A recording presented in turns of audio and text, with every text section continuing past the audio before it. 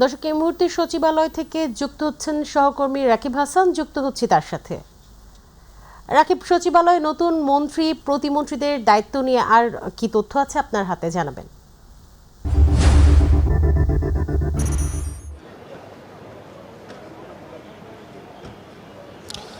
ধন্যবাদ মুনা আপনাকে। আসলে আমরা জানি যে আজকেই নতুন মন্ত্রিসভার প্রধানমন্ত্রী সহ মন্ত্রী পরিষদের অন্যান্য সদস্যরা কিন্তু এই সচিবালয়ে এসছেন এবং তারা সকলেই তাদের দায়িত্ব বুঝে নিয়েছেন। আসলে দায়িত্ব বুঝে নেওয়া বলতে আমরা আজকে সকাল থেকে যে বিষয়টি দেখতে পেয়েছি, প্রধানমন্ত্রী যখন এই সচিবালয়ে প্রবেশ করেন তার পরপরই কিন্তু একে একে প্রবেশ করতে থাকেন মন্ত্রী পরিষদের নতুন সদস্যরা। তারা সকলকেই কিন্তু আজকে আমরা দেখতে পেয়েছি যে তাদের নিজ নিজ মন্ত্রণালয়ে তারা কর্মকর্তা কর্মচারী রয়েছেন, তাদেরকে ফুল দিয়ে শুভেচ্ছা জানিয়েছেন এবং শুভেচ্ছা বিনিময় করেছেন। আজকে তারা দাপ্তরিক কোনো কাজে অংশগ্রহণ করেননি, তারা কিন্তু সবাই তাদের সকলের সাথে কুশল বিনিময় করে তারা গণমাধ্যমের সাথে কথা বলেছেন। আমরা বিভিন্ন মন্ত্রণালয়ে আসলে মন্ত্রীদেরকে তারা যারা আসছেন তাদের সাথে কথা বলেছি, তারা সকলে আমাদের একটি বিষয় তিনি জানিয়েছেন যে জুলাই স্প্রিট নিয়ে যে নতুন বাংলাদেশ প্রতিষ্ঠিত হয়েছে, সেই নতুন বাংলাদেশে তারা নতুন করে সব কিছু সাজাতে চান। দেশের অর্থনীতির যে বঙ্গুর অবস্থা ছিল একে তারা উচ্চ আরও অনেক ভালো একটি পর্যায়ে তারা নিয়ে যেতে চান।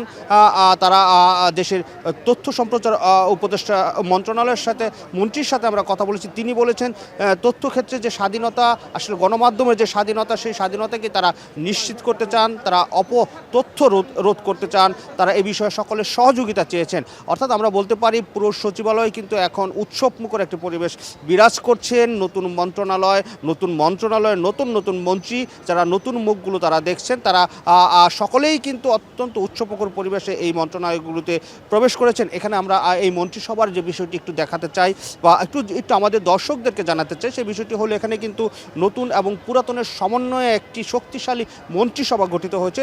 এখানে মন্ত্রীদেরকে যেমন যারা রয়েছেন তাদের যেমন অভিজ্ঞতা রয়েছেন, প্রতিমন্ত্রী হিসেবে যারা দায়িত্ব পেয়েছেন তারাও কিন্তু তারা আমাদেরকে বলছেন যে পূর্ববর্তী মন্ত্রীদের অভিজ্ঞতাকে কাজে লাগিয়ে তারাও এই দেশকে একটি নতুন পর্যায়ে নিয়ে যেতে চান। অর্থাৎ আমি বলতে চাই যে এই সচিবালয় এখন উৎসবমুখর পরিবেশ বিরাজ করছে। সচিবালয়ের যদি একটু কর্মসূচি আমি বলি যে আজকেই অল্প কিছুক্ষণ পরে অর্থাৎ বেলা ৩টার সময় মন্ত্রী পরিষদের একটি প্রথম বৈঠকটি সচিবালয়ে হওয়ার কথা রয়েছে। যদিও এখনও আসলে শুরু হয়েছে কিনা আমরা দেখতে পেয়েছি যে মন্ত্রীরা যারা রয়েছেন এই মন্ত্রী পরিষদ সদস্য সকলেই কিন্তু এই প্রধানমন্ত্রীর যে আসলে অফিসটি কক্ষ রয়েছে সেই কক্ষের উদ্দেশ্যে কিন্তু যাত্রা শুরু করেছেন।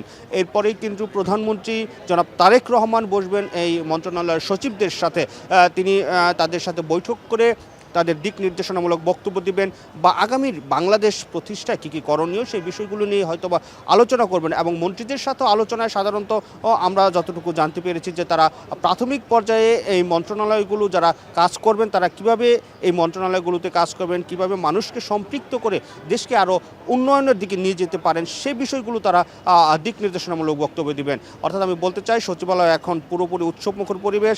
সচিবালয়ে প্রত্যেকটি মন্ত্রণালয়ে কিন্তু প্রতিমন্ত্রীরা তারা যোগ দিয়েছেন, মন্ত্রণালয়ের কর্মকর্তারাও তারা উচ্ছ্বসিত। তারা নতুনভাবে এই মন্ত্রীর সাথে এবং প্রতিমন্ত্রীর সাথে কাঁধে কাঁধ মিলিয়ে কাজ করার প্রত্যয় কিন্তু আমাদেরকে ব্যক্ত করেছেন।